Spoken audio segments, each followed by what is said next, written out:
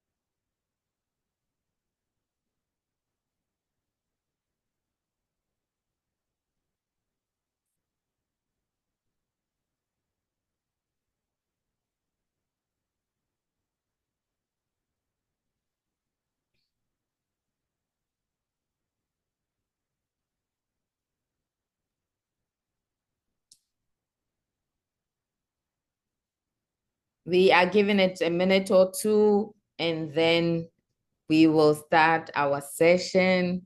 So excited today to have the girl who was doing them people trans trust distributions and whatever else you got.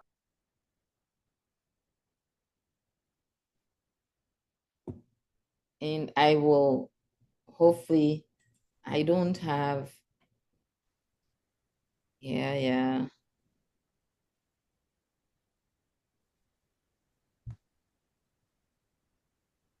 Thank you all so much for joining us today. And for those who are yet to join, we will welcome them somewhere along the line. Well, it's 2 minutes past the hour, and we're also trying to live stream it on Facebook, and we will see how far we can go. Bianca, are we good to go? Henitha. So good morning, everyone. My name is Marian Amwa. For those of you who don't know me, my name is Marian Amwa, and I have many identities, but on today's broadcast during today, I am here as an author of Breaking Through the Immigrant's Handbook for Thriving in the American Workplace. And I'm here also as your facilitator in the conversation that I'll be introducing our guest speaker shortly. So thank you very, very much for joining us. I appreciate you from different parts of the world. Thank you. The time zone. I know that we don't always have the exact right time zone, but you try, we try.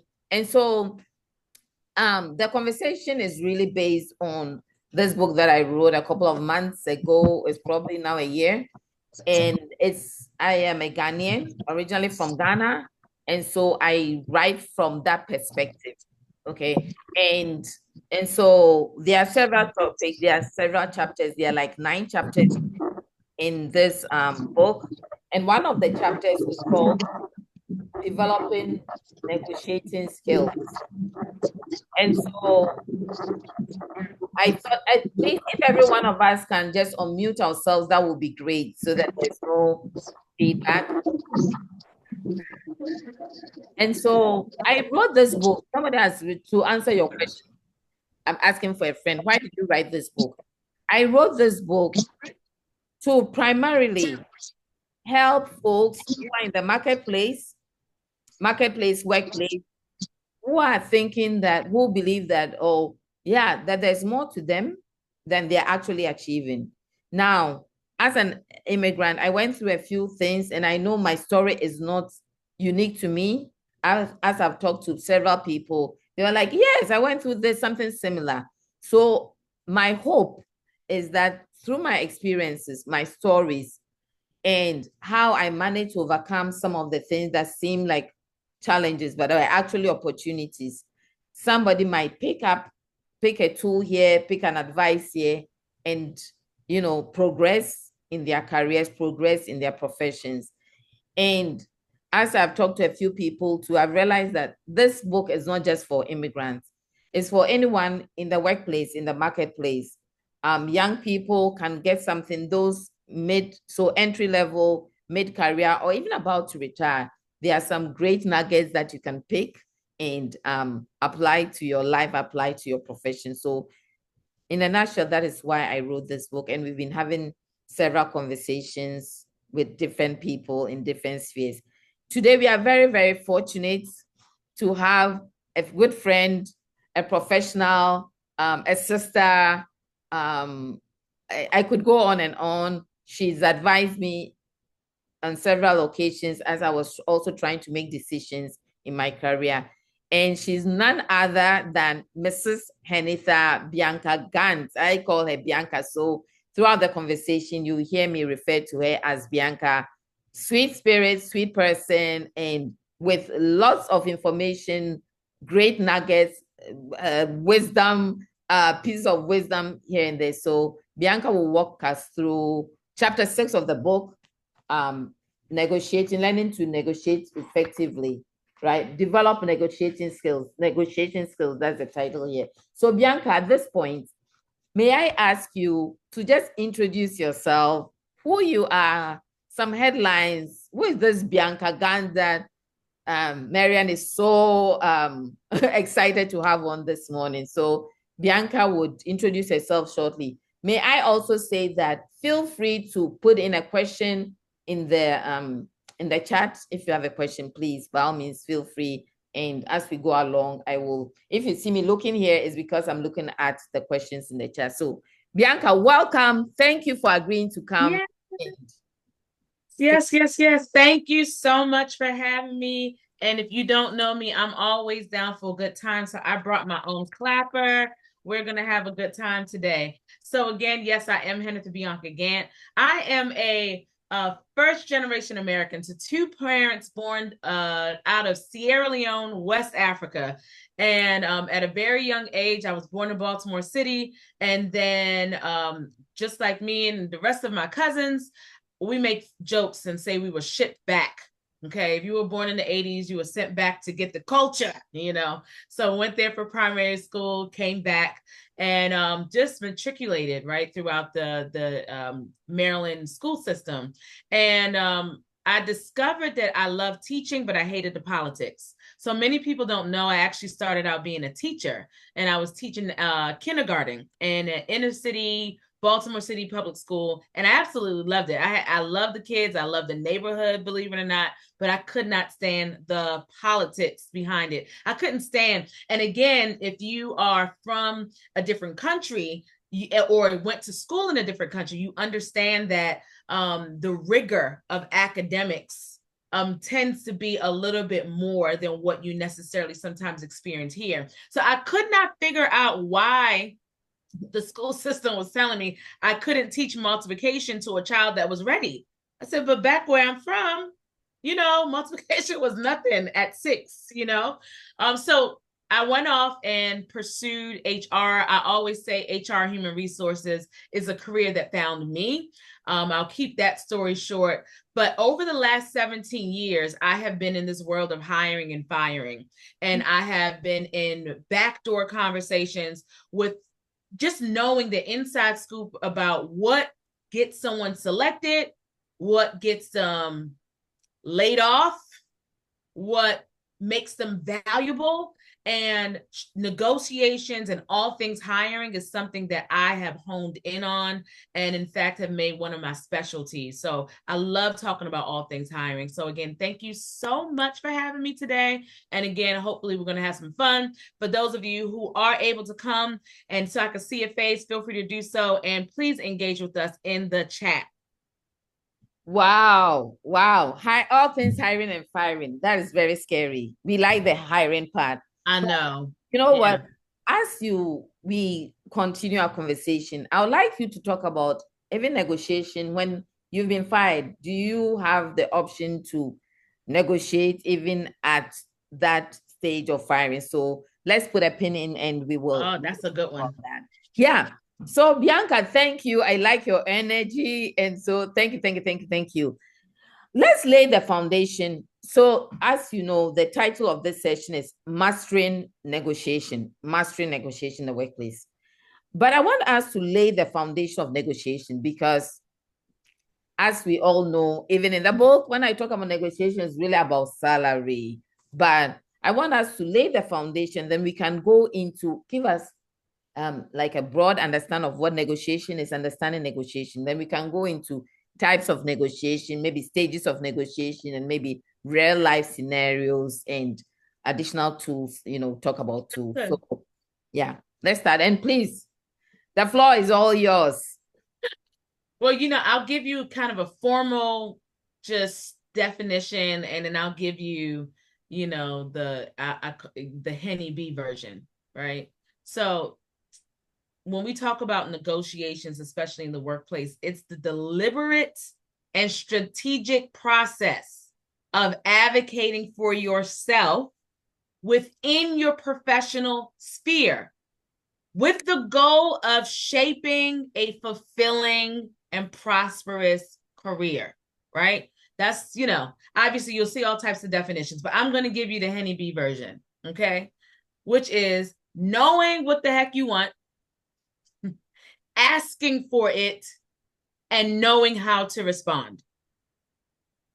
That's just the bottom line, right?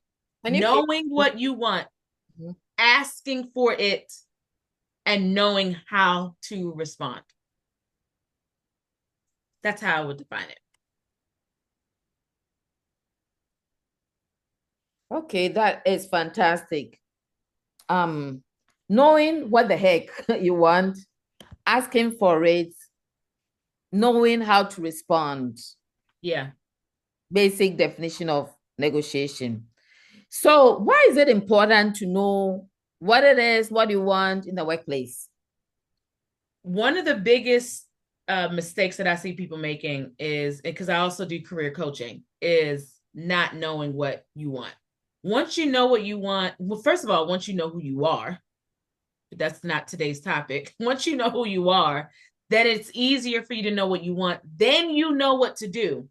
Many times what I find is that working professionals are taking positions that are given to them and with no intentionality, right?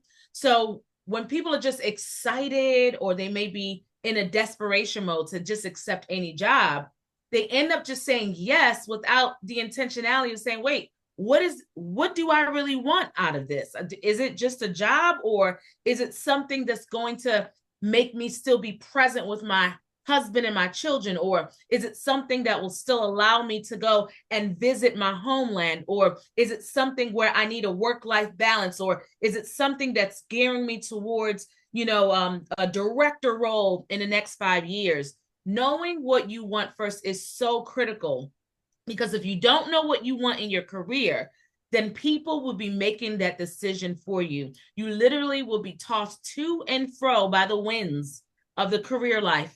And then next thing you know, you will be like many people that end up coaching and in their 50s and 60s. And I've recently been coaching those in their 70s that are stuck in their career because they say, for the last 30 years, I realized that I've been doing something and accepting something that I wasn't even called to do, nor do I want to do. So knowing what you want is extremely important. So that's the number one key. Okay, knowing what you want, I'm writing it. I know that the official definition of negotiation was deliberate and strategic. Yeah. Okay, so I like that. So your 3 points, knowing what you want, asking for it, knowing how to respond. How do you know what you want? Yeah. Oh, that's such a good question. I feel like I may want $1 million. I mean, that is my desire. Yeah. But is that realistic? Yeah, so You that's know, such a good point. Such a good point. Oh, we're getting started. So number one, again, this is a quote that I use literally just about in every training that I do now. You got to know who you are. If you don't know who you are, you have to spend time. So many people, especially if you're working in the West, right? Those of us working in the West, we tend to work, but we don't stop to determine if what we are doing is actually effective, right? It's like, oh yeah, we're working, we're doing this, but is it really working? Right? So knowing who you are is probably the first part before you even decide and know what you want.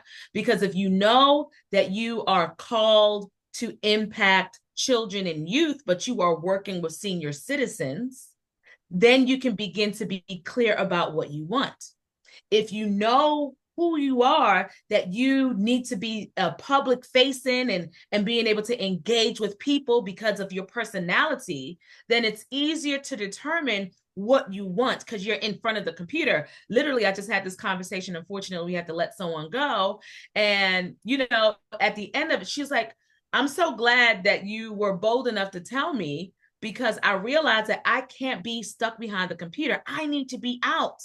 I need to be out and about meeting people. But if you don't know who you are, it is going to be so difficult for you to determine what you want. So some practical tips that I would give. yes. One of the things I like to do on a quarterly basis is to if you can't take a staycation, which is for you just to go away overnight and just begin asking yourself some key questions. And these are some questions that I ask myself often, over and over again.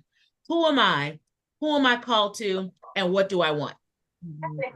Literally those three questions alone will, and it doesn't just have to be in your career, right?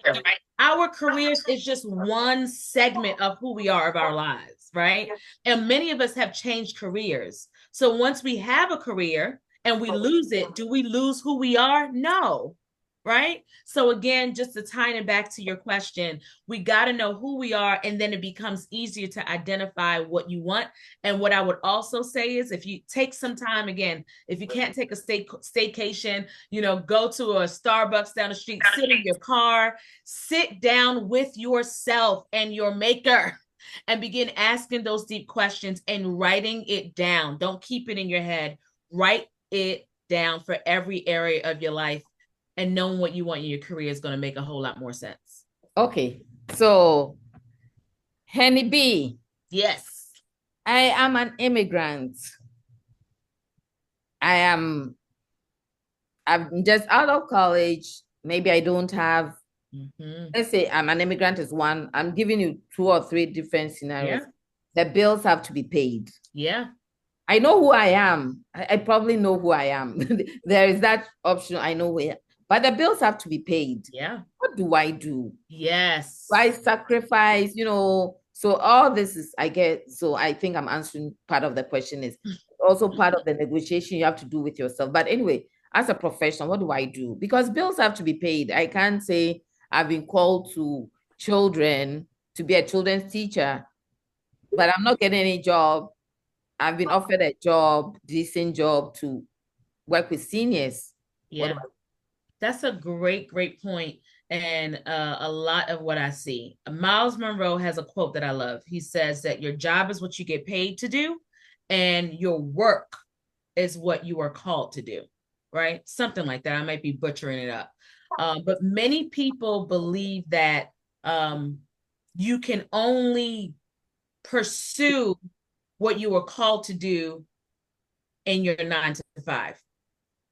So yes, so let's just say you are that person that's like, hey, I know that I'm called to do X, Y, and Z. I know I'm called to be a publicist. I'm just making something up. Yes. Fashion designer, whatever. But it's going to take a long time for me to get there, or I think it is. So right now I need a job that is paying the bills, right? So yeah, that's the fact. We can't ignore that fact. So yes, that you may have to just take a job to do the thing right now, but it does not excuse you from pursuing your actual work, right? there are too many stories for us in 2024 of people who are immigrants that have come to the United States, to Australia, to the UK, who had to do something in the meanwhile while they pursued what they were called to do at the same time, or sometimes at different times. So yes, there is sacrifice. Yes, also you want to surround yourself with people in the careers that you desire to go to. If you are currently like, hey, I'm supposed to be doing this. If you don't have one person in your sphere of influence in the direction of which you are going, shame on you. It's time. You have to find somebody. So even though you're working the job, you have to begin to increase your sphere of influence, right? With people that take you to where you're going. I'll stop. Okay. Can we just appreciate Bianca? Obviously, she is on fire here. And she's touching on not a lot, there are only 9 chapters, but yeah, touching on some of the topics in the book, like find yourself a mentor, an ally, a coach. And they don't necessarily have to actually come from the same culture background as you have. Actually, mixed race, mixed culture mentoring there's evidence that it's more effective. But thank you. I know that we got off a little bit. Once again, welcome to everyone joining us today. I see friends and I see family, people from far and near. Thank you for joining us. This is our Breaking Through series, and today we have Henny B, as she calls herself, Mrs. Senator Bianca Gant, who is a hiring strategist and many things. So we are talking about mastering negotiation. It's a necessity in your own business and in the marketplace, in the workplace. So Bianca, I think that you said something about sitting with yourself, making that time, right, to know who you are, so that basically, I guess it's going into knowing your value, knowing your worth, and knowing what you are called to, right? Am I right? Absolutely, yes. It also comes back to, I hate to say, but it's true. As an immigrant, or even as a Joe Blow, finding that time to sit with yourself. How can you be? And I'm hooked on deliberate and strategic. How can you do that? I mean, what are some very practical, easy, low-hanging fruits? Yeah. Yes, scheduling. So when I started to talk about that initially, but literally looking at your schedule, if you don't plan for it, it probably won't happen ever, in fact. And you know that's something that's important if you actually schedule it, right? Nobody has to tell you to go to work. You're going to go to work because you made that a priority. So if you decide that this is something that you want to pursue, that you want to change, one of the biggest things you could do is schedule that time for yourself on your calendar. I still use a physical calendar. This is not something I'm just telling you to do. This is something I just scheduled my next time to just, go and ask myself those same questions for my next quarter. If you can't do it monthly, please do it quarterly. The second thing I would say is that you can also, if you have it in your budget, schedule some time with a career strategist or a career coach. Sometimes we need other people to pull out of us what we already know exists. I know that's helped me tremendously. And you will be surprised. There's some people who might be even in your community. I know Marion, are a coach as well, right? So you will be shocked at who's already in your community. And it's not even that you might need 6 months of something. You might just need one session with someone just to pull some things out, to develop an action plan that can really take your career to the next level. Okay, so those are 2 tips I will leave. Great, thank you so much. And for those who are now joining, welcome. I said, if you see me looking here because I have a second screen, then there are a few comments. Dr. Texan said, your job gives you a salary, your work gives you fulfillment. Michelle said, I agree. AG is on fire, on point. Reginald Gant, no introduction here. Night finding time, nights, weekends, waking up earlier, going to bed later, lunch breaks. Those are different tips, ways that you can sit with yourself to self-reflect. And Idana says, self-reflection is a necessity for a balanced life. Thank you, thank you, thank you. Great, great comment. Okay. I'm looking at the time and it's already going. Okay, so yes, Bianca, when we talk about negotiation, our minds go straight to salary. Our minds go straight to the money. And I'm glad that in your conversation, we are talking about different types, but I want you to really hone in on the different types of negotiation that one has to entertain or one has to go through, as you think of thriving either in the marketplace, even at the home, right? In your own home or in your workplace. So if you can touch on what are the different types of areas that we can negotiate in the workplace, if you can name them and then discuss them one by one, maybe two or three. Sure. Yeah.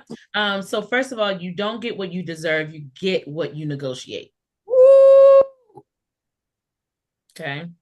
So let me just set that tone. Okay. So we usually always talk about salary. So, negotiating salary is always something that people can negotiate.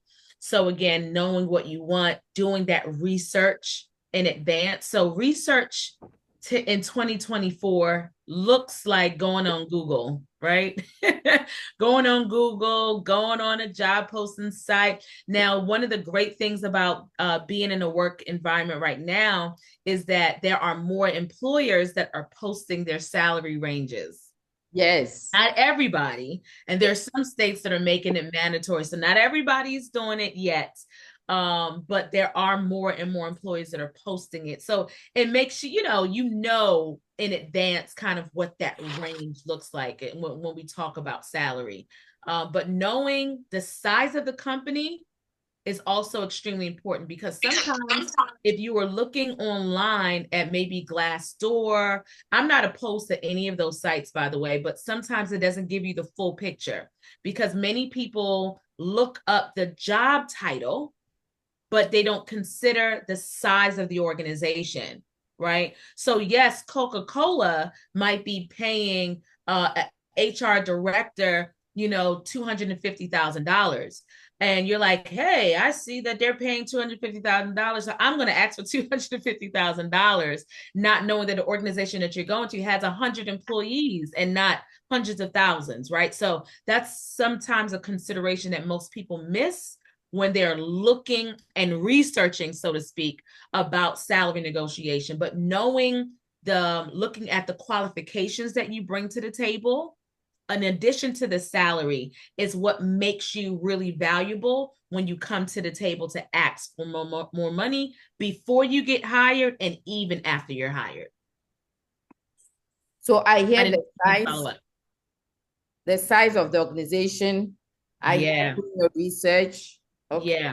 Yeah, for sure. Yeah. And it's especially for those that are looking for director or supervisory roles, the span of control is also extremely important. If you are looking, again, you're researching online, you're like, oh yeah, I see that managers are making blah, blah, blah. But like, how many employees do they have to supervise?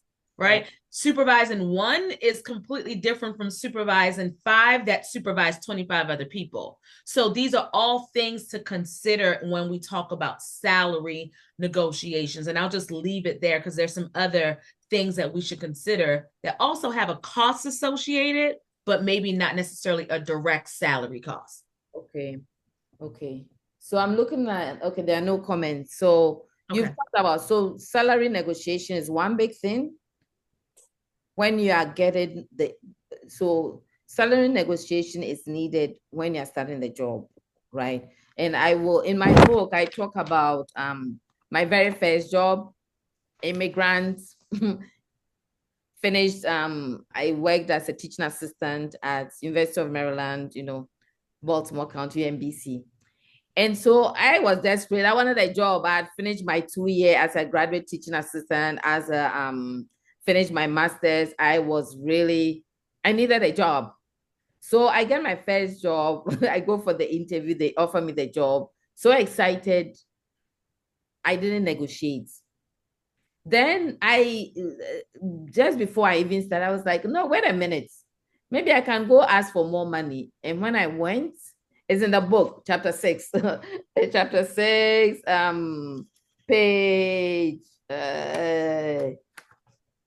page 54. So when I went back to the principal investigator at the time and I told him that, I needed more money, he told me that is the first lesson you're learning here. You always have to negotiate. I'm going to give you $500 more. I needed a job, so I took the job.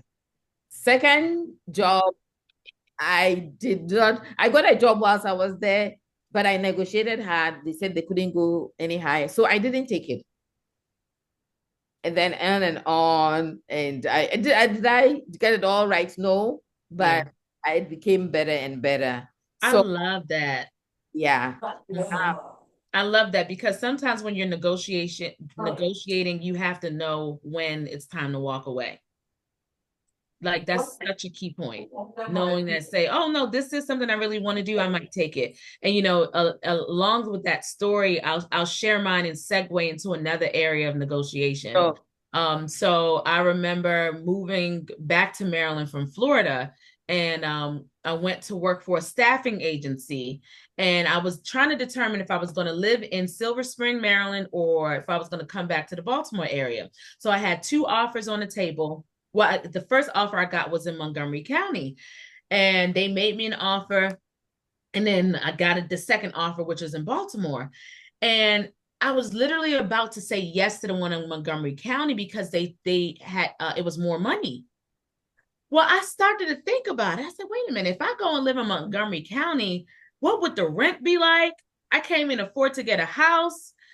I just started counting the cost of what it would cost to even, I still would have to travel. Even being in Montgomery County alone. I don't know where the floor is gonna go. Please mute yourself. Someone is unmuted. Yeah, someone's unmuted. Right? So even though the job in Baltimore was less money. Just remember that I work at 2 and not 3. Someone is unmuted. I don't know, whoever's the host. Can we have the host maybe mute them? But even though the job was less money in Baltimore, I'm like, you know what? I'm going to take it, because when I count the cost of mileage, when I count the cost of living, when I count the cost of just the daily expenses, it was going to be it was going to be better for me, even though I was going to maybe take home less, but I would still be taking home more. So what I ended up doing was going back to the job in Baltimore and saying, hey, I got another offer and they're offering me whatever $1,000 more. Would you, I just wanted to let you know. And they're like, you know what, we'll match it. So now I got more money being in a location. And that's the reason why that's literally one of the main reasons why I decided to stay in the greater Baltimore area. But again, you have to count the cost when you talk about negotiations. You can't just look at, oh my gosh, well, my last job paid me $90,000. So I can only accept $90,000 or more in my next job. You're missing the point if you are not counting all of the costs. What's the commute like? Do you have to go to work every day? Is there a hybrid situation? So your schedule is another key factor. Do you mind if I just go into that? Go. Yeah. Okay. Go. So your schedule is another factor that most people don't consider, right? So again, right now there's a lot of companies that are calling people back into the office, especially if you've been working from home. So looking at how long your commute time to actually go into the office and what time you go into the office.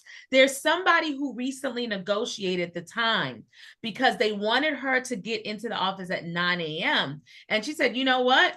There's a lot of traffic. If I try to get there by 9, it's going to take me over an hour and a half to get there.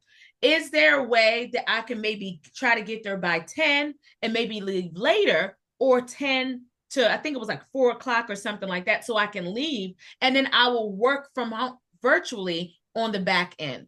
So again, all of these are ways that you can negotiate. Don't think that you have to accept the schedule. And even if you are maybe the salary you weren't able to negotiate on, the schedule is something that you can definitely negotiate on. So I'll pause there to see if you have any remarks or if there are any other comments regarding that. Yeah. So the thing, when Henny B's definition of negotiation, knowing what the heck you want, asking for it, knowing how to respond. So asking for it, I think this is asking for it. Some of us don't know that employers are also reasonable. So work schedule, have that conversation, ask for it, and you never know. But there's a comment here. Well, this one says, need to hop off now, but appreciate the conversation. Love Bianca. Thanks, Marian and team. There's a question that says that, can you share the risk of trying to ask for more money without adding value? This actually just happened. Tell us. So within my company, Career Solutions, we have a recruitment division. And so, I mean, literally, this is what it happens all the time. So there was a gentleman who was made an offer for a very senior role. Okay. And the gentleman did not have all of what this organization was looking for. However, they were willing to, like, hey, we think that you still will be a good fit. We're going to make you a verbal offer. After the verbal offer was extended, that gentleman came back and said, well, I would like 6 weeks of PTO. I would like this of health, and just started going down the laundry list, right? And what that did, because he was asking for so much, I don't believe there was too much strategy, right? Because it was too much. Now the hiring officials went back to look at, well, let's look at what you do have and what you don't have. Long story short, they made a decision that there really wasn't. They felt like they were trying to meet halfway anyway, right? And he wasn't bringing that much value to the table for them to negotiate all of that. So guess what happened? Although a verbal offer was made, the organization rescinded it. They took it back, and that gentleman no longer is even a candidate for that job. So that was such a great question, because a lot of people, unfortunately, think that some people think of themselves higher than they are, And I love in your book, you mentioned a Ghanaian quote about authentic beads. Authentic beads don't make noise, right? So even we were taught in the West to, to big ourselves up, to highlight what we've done. But there's some people that we're seeing in today's market, they don't necessarily know how to do it with flavor and with grace. And sometimes it could be too much. And that's when negotiations definitely go sour. Wow, that's a good one. Oh, that's yeah. So you can actually lose your offer because you don't negotiate right. So mastering negotiation, like we said, is a necessity. There's another comment. Sure. I took a new role to manage more people and realized from Geraldine. Geraldine has been one of our guests. Sorry, if you see me turning, I'm trying to see. I took a new role to manage more people and realized a few of the individual contributors on the team that report to me are earning more money. Ooh, how can I go back and renegotiate my salary? How will it look like for me as a leader? My goodness. Should I read it again? No, I'm very familiar with that question. And thank you for great question. Great question. And I've seen it. And I've been part of the decision-making team to let that happen too. So I don't know too much about your story or your scenario, right? And again, I also don't know the size of your organization for the sake of time, because if we had a moment to do a hot seat, I would, right? But just in this general, tidbit of information, one of the first things I would do is to I don't know how large the organization is, but to go back to whoever the decision makers are, whether it be HR, I don't know if you're reporting to CEO, whoever your direct supervisor, and go and ask them about their decision, how the decision was made, how salary and compensation decisions are made within your team. That's the first question I would ask. So Bianca, there's an answer. It said it's a huge company. It's a Fortune 14. Okay, yeah. Then for sure, I would definitely go back to your direct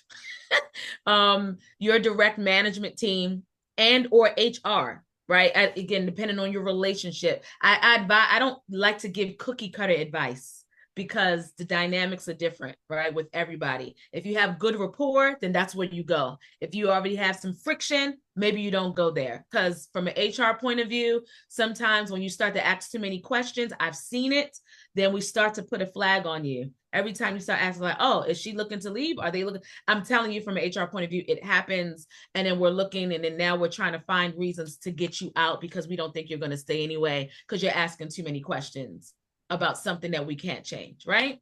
So I would go back to where your report is sweet, whether it be HR and or your direct supervisor, and ask how is the salary and compensation decisions made within your particular team and or your role. Start there first.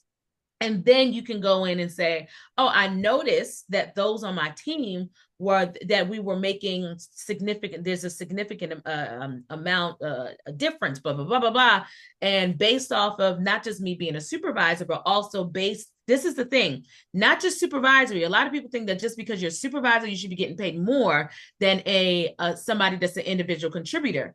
And that is not always true. There are some individual contributors that contribute to the bottom line of the organization or the ROI, the return on an investment, even greater than a supervisor. So that's a misconception that many people have. But again, understanding the parameters within your organization, going to who makes those decisions is going to be the first key, and then begin asking some of those questions in a very cordial manner, obviously. And then depending on that response, you have to now be at a position to either hear, yes, we can consider changing your salary, or we won't consider changing your salary. So at that point, to the person that asked that question, before you even go into that conversation, I would figure out what you want, right? So not just knowing, yeah, you already know that there's a difference in the salary, but knowing, is there a salary that you have in mind? And if you don't get that salary, are you still going to remain in that position? So knowing that before you go into that conversation is absolutely critical, to go into it without emotions, and please try your best to base it on facts. I hope that's helpful. Yeah, yes, I think she's responded, said, great answer, great answer. Awesome. Yeah, great answer. You're very, very right. It throws you off a little bit when you realize that if the scenario is, as the leader, you are more qualified, more experienced, but some team members are getting more than you. But I think that it takes us back to the negotiating table. Sometimes people know how to negotiate. They can negotiate the work schedule. They can negotiate vacation and holidays. They can negotiate remote or hybrid. They can negotiate the work-life balance. Maybe you can speak a little bit about the work-life balance. And so there again, I also bring it back to, as an immigrant, sometimes fear prevents us from, like, you even feel fortunate you have a job, let alone, let me take what I have, let me settle for it, rather than, doing the research to see, how far can you go? But you can speak to vacation, holidays, and that work-life balance. I didn't realize I was muted. I want to make this one a little bit very practical. If you're uncertain about like what you can even negotiate, take a look at your company's employee handbook, especially if you're already working, right? Take a look at your employee handbook and just look at all of the benefits. Look at all of the benefits. Look at the PTO, if they separate it as vacation, sick leave, short-term disability, health insurance. Look at all of the benefits and know that all of those things can be negotiated. I just wanted to start there, because if you don't, if there's like, I don't know where to start, you can start there to see, is there anything that I'm having some, it would be better for me if this was changed. All of those things can be negotiated. So when we talk about work-life balance, one of the things that I've seen negotiated is, again, going back to the work schedule, especially for working parents with young children, right? The before and after care, if you have to drop your children off to school, we have to pick them up. So there may be some days that you come in a little later, right? Or you leave a little earlier, or there's some days you say, hey, can I work from home on these days because I'm working it out with, right? And it's not just if you have children, there's, we're in a sandwich generation right now. If you're taking care of elderly parents, that's a huge factor when not enough people are talking about that, on the impact that it has on one to work a full-time job and take care of an elderly parent or a disabled spouse or ... right? So that work-life balance and being able to just have flexible scheduling. So this is something else that a lot of people don't necessarily think about, but maybe you have to take someone to a doctor's appointment, right? And you are working in person for between 9 and 12, but then you're leaving for the day between 12 and 2 for your doctor's appointment, that asking for some flex scheduling to say, can I work from home between 6 and 8 to just make up some time on the back end? There's a lot of employees that are becoming more flexible with that. Again, asking for flexible work schedules, changing your work schedule, hybrid work from home and or in person, right? Again, are all kind of ways that you can tackle negotiations when it deals with work-life balance. Those are just some. Wow. So I keep on coming back to Henny B's definition. Well, the first one was being deliberate and strategic. You said a lot of things, knowing the company, the size, the number of people you're supervising. And Henny B's definition is knowing what the heck you want, asking for it. And asking is like asking is so key, because you can even know what you want if you don't have that conversation. Have that conversation and knowing how to respond to it. Now, in my book, I talk a little bit about salary negotiation, a little bit about it, that especially, and I think you talked about it, when you've had an offer and you can use that offer to ask an offer from another company. You can use that offer to ask your current employer whether they are willing to match. But I talk about how this can be a little bit risky, doing your research, the relationship you have with your boss, because some bosses might say, you have a new job, go. Knowing your value, there are a number of things to do, and I talk a little bit about that in the book. And be prepared in your mind. If they say yes, they would match, are you willing to rescind the new offer? If they say no, you can go. What do you want to do? So there are a few things that I talk about in the book. Now, stages of negotiation. I think that for most of us, we think it's only when you're taking the job, that you negotiate. Can you speak a little bit about when you're in the job, some of the things that you can do? Yeah. And, someone just put a comment about when you're leaving. So hopefully we can touch on that too, because I think that's critical. There's a lot more layoffs happening right now. So I really would want to make sure I talk about that. But when you're on the job, right, salary is something that you can definitely negotiate.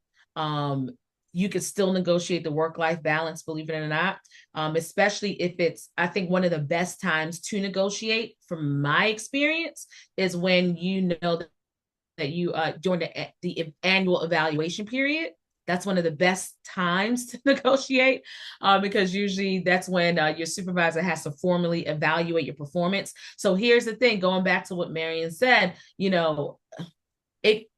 negotiating is risky, period. So you want to, again, you got to know who you are, knowing that you bring something to the table, not just that, oh, I come to work on time and I do my job. Like, that's the most annoying thing. I can't tell you how many people say, well, that's not fair that the other person, is getting paid more than me, or they're getting more than me. I come to work, I do my job. And it's like, yeah, but you're also complaining every chance you get. Yeah. And you also just do exactly what you're paid to do. If you're waiting for somebody to pay you more before you demonstrate that you could do the thing, you're already 10 steps ahead, right? So while you're at the job, negotiating position titles. So again, knowing what you want. So let's just say you are admin assistant, and you're like, hey, I really want to get into HR one day, but there's no HR duties, right? But you may be volunteered for employee work group.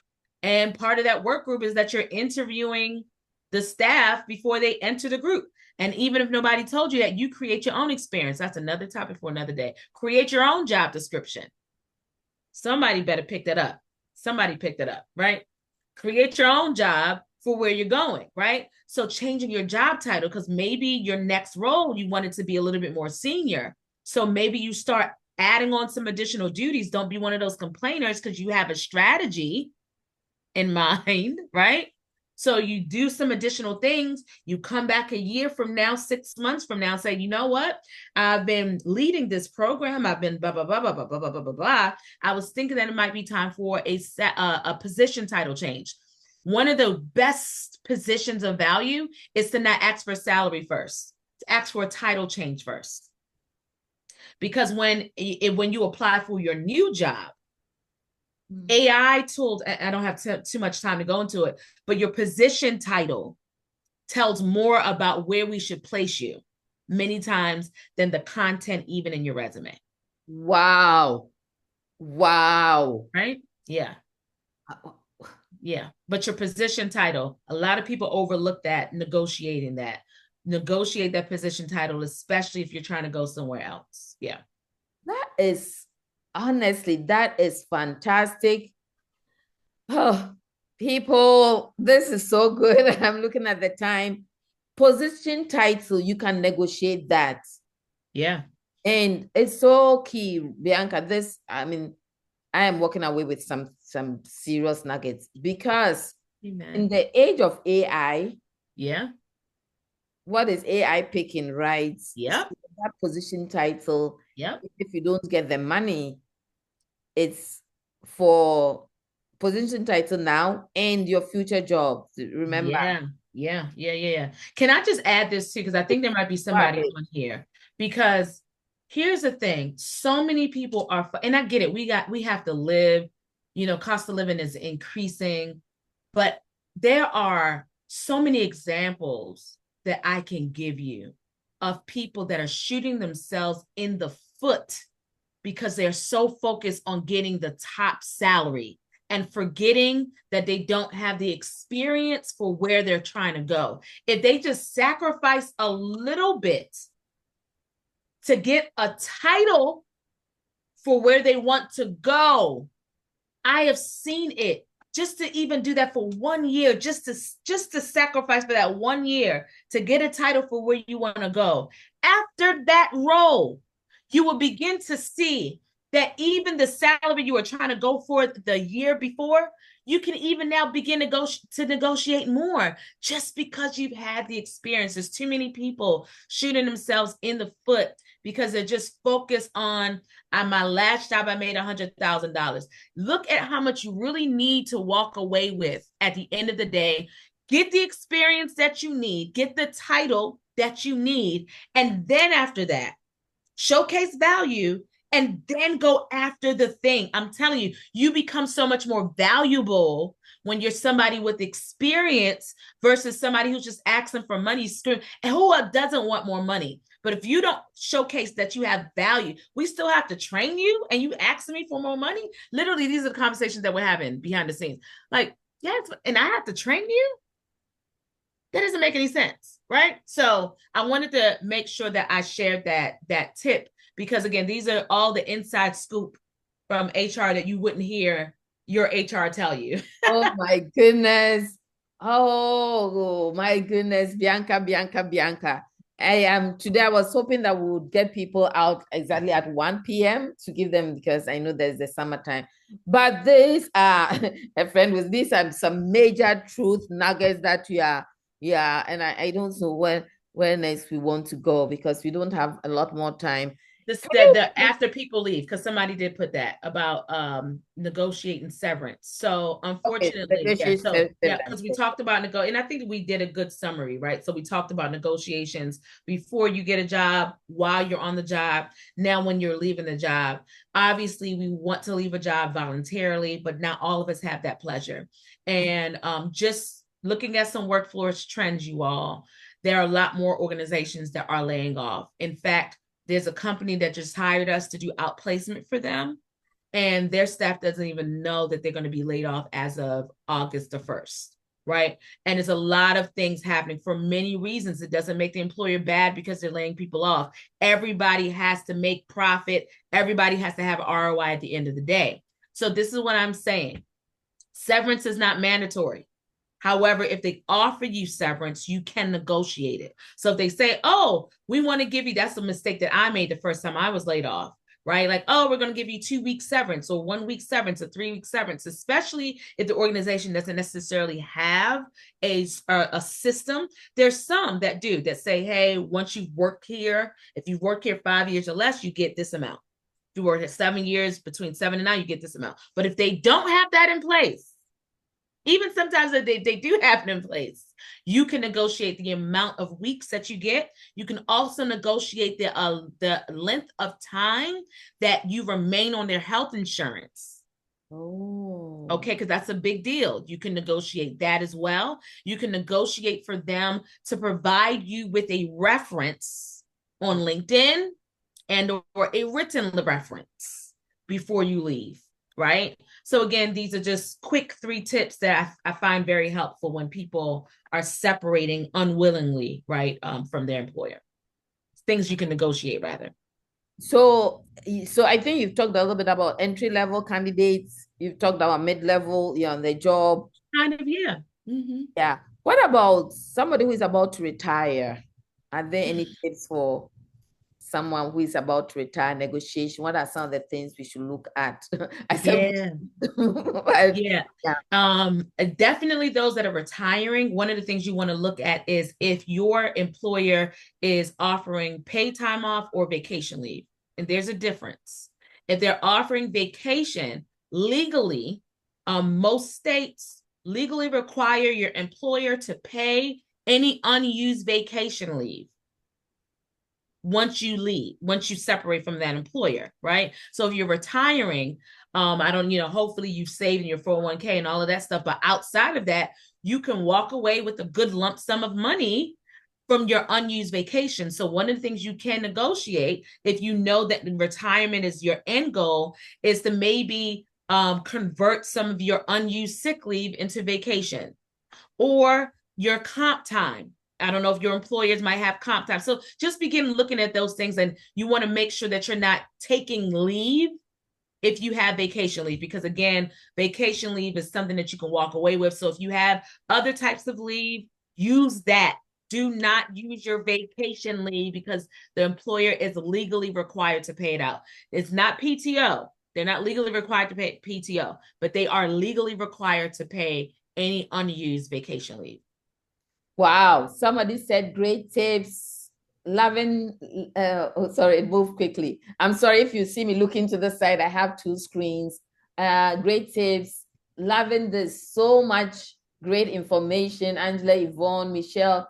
Heavy on knowing, I think there's more of a question. Heavy on knowing, I think the question is something like, it's worth knowing if your company has a severance before you take the job. Okay. Then another comment is, Bianca, that is one of the strategies I've decided to implement in my situation because this new role is huge and pivotal to other cross-functional teams, and getting that solid experience you talked about will give me the leverage to renegotiate the next fiscal year. Thanks for your answer. Yay. Very good. Very, very, very, very good point. Thank you, Bianca. I was going to ask you a question. Yes, there's a point I wanted to make about negotiating, and maybe you tell me, you are the expert. Sometimes we are not aware of all the resources a company has, right, especially if you're new, or you may have been in the company for some time. But I have come to realize from my own experience that building relationships in the company can open you up to other things that the company has. So like Geraldine's thing, I know how she got to know that some team members take more money, their salary is higher than theirs. My example, in one of the jobs that I worked with, I struck a relationship, very strong friendship with one of them. And within the first probably 6 months, she told me that I'm getting this amount of money, and it was 10,000 more than me. We were hired like a week apart.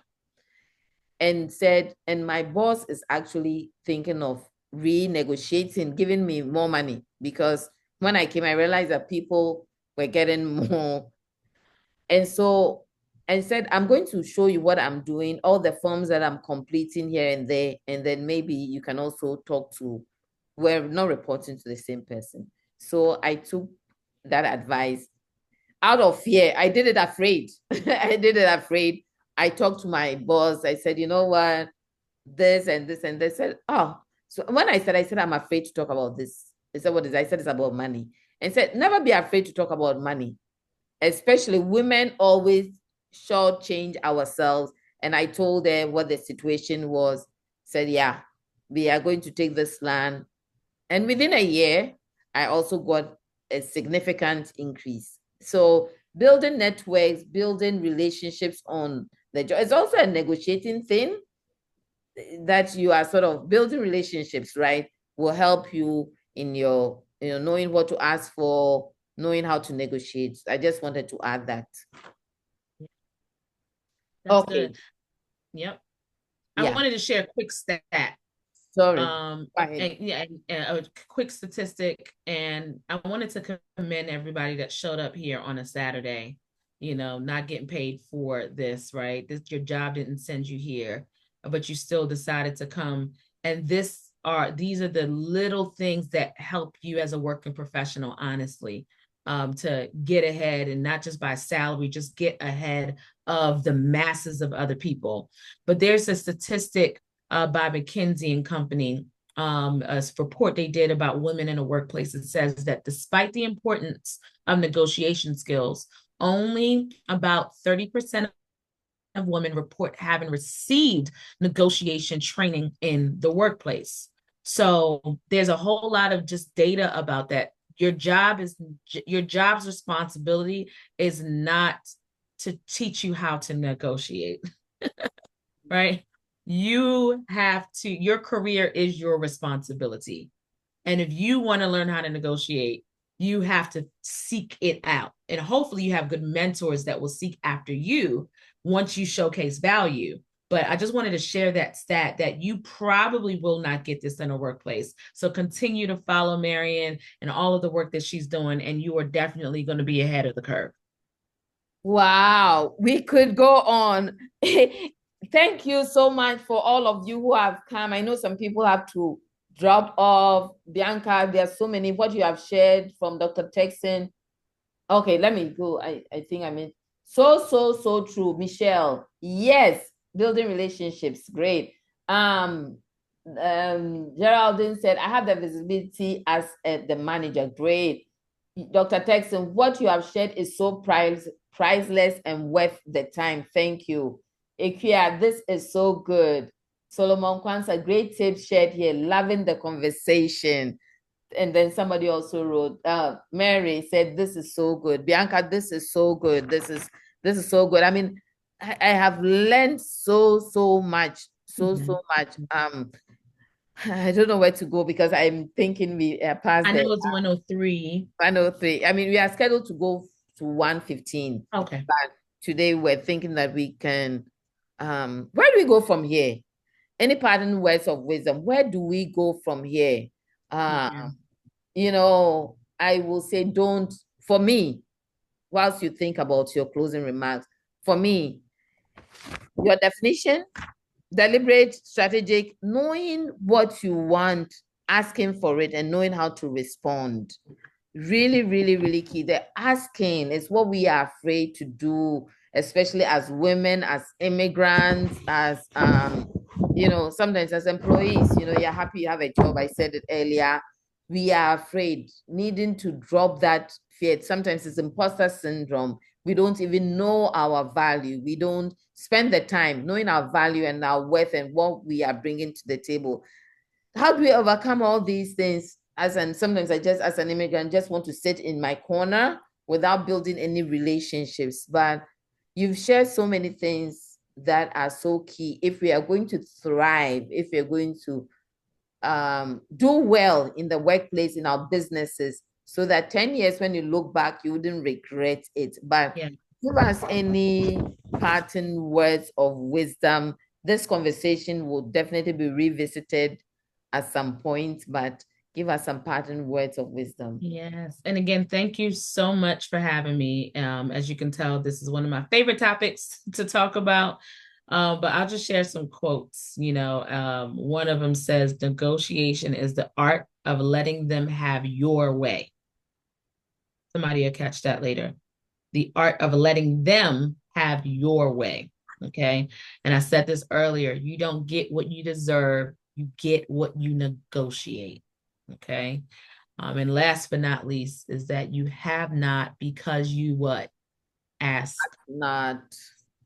So once you know who you are, then it is easier for you to know what you want, and then you will know what to do. That's how you master negotiations. Thank you so much, everybody, for your time. Thank you so much. Next time, I really would like you to answer one question. Oh, you want me to answer it now? Yes, if you don't mind. What if you are negotiating? I had a question here that the other party is uncooperative. Oh, yeah. Again, you got to know what's your walking away point, right? But if the other person just completely does not want to bend, and that person is the one that has the power, is the decision maker, then again, you have to decide if you are going to walk away. But I think most importantly, most people miss out because they make it an emotional thing. When somebody says no, we turn into kids with tantrums. They told me no, I'm gonna quit. It's like, no, go back and humbly ask, what were the reasons for you telling me no? And what do I need to do to put myself in a position to be able to, for you to be able to say yes when I come back? Right? So I think that's, again, the dynamics might be different, but that emotional intelligence, you all, especially, that's what I've seen from all of my aunties and uncles, West Africans. We sometimes have, we can be very boisterous, very, assertive. And, it appears that we're assertive and, can be overwhelming for some people, right? And one of the things that I've seen is that sometimes negotiations, and when we're asking for things, sometimes we're loud, but we're not really making the right type of noise, right? So the way that we're asking and the emotional weight behind it is what's really making people want to say no, because they just don't know if they're going to be able to handle you. Again, this is HR Inside Scoop. Yeah.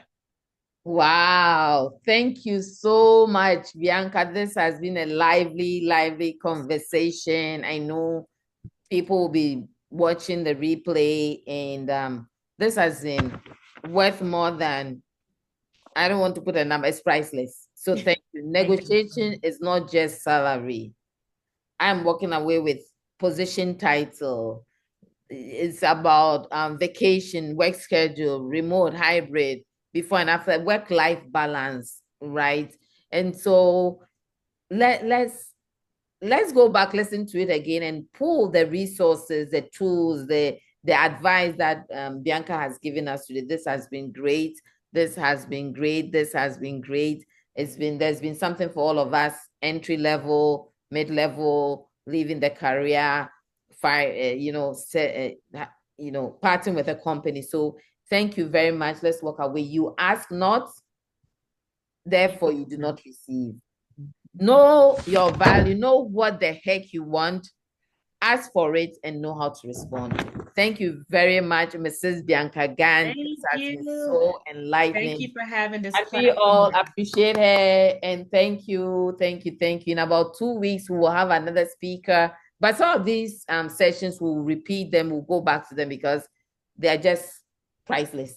But in 2 weeks, we'll have another speaker on negotiating something about education, as an immigrant in the education sphere. So actually, for the month of August, Dr. Texon will be coming like end of August, and then Professor Corte will be coming in 2 weeks. So thank you all so much.